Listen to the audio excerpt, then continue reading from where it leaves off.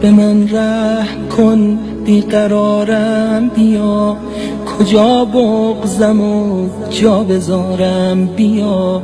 نمیدونم این چندمین جمعه بود، حساب زمانو ندارم بیا. هوای جهان سرد و طوفانیه، تو میدونی این قصه طولانیه.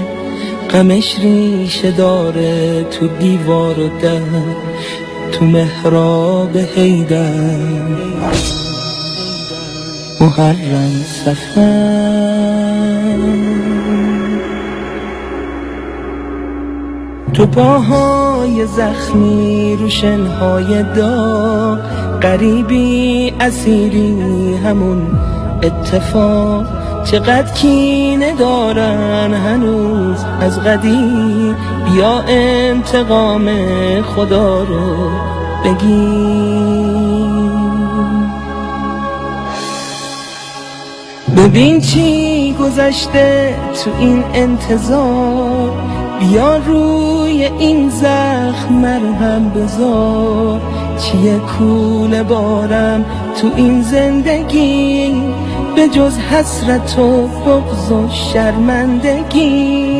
دارم ادعا میکنم با تو شاید این فقط حرفه و ادعا.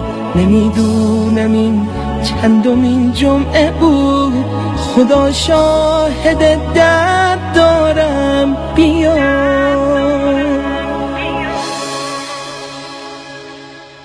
به من رحم کن بیقرارم بیا، کجا بغضم و جا بذارم بیا. نمیدونم این چندمین جمعه بود، حساب زمانو ندارم بیا. حساب زمانو ندارم بیا.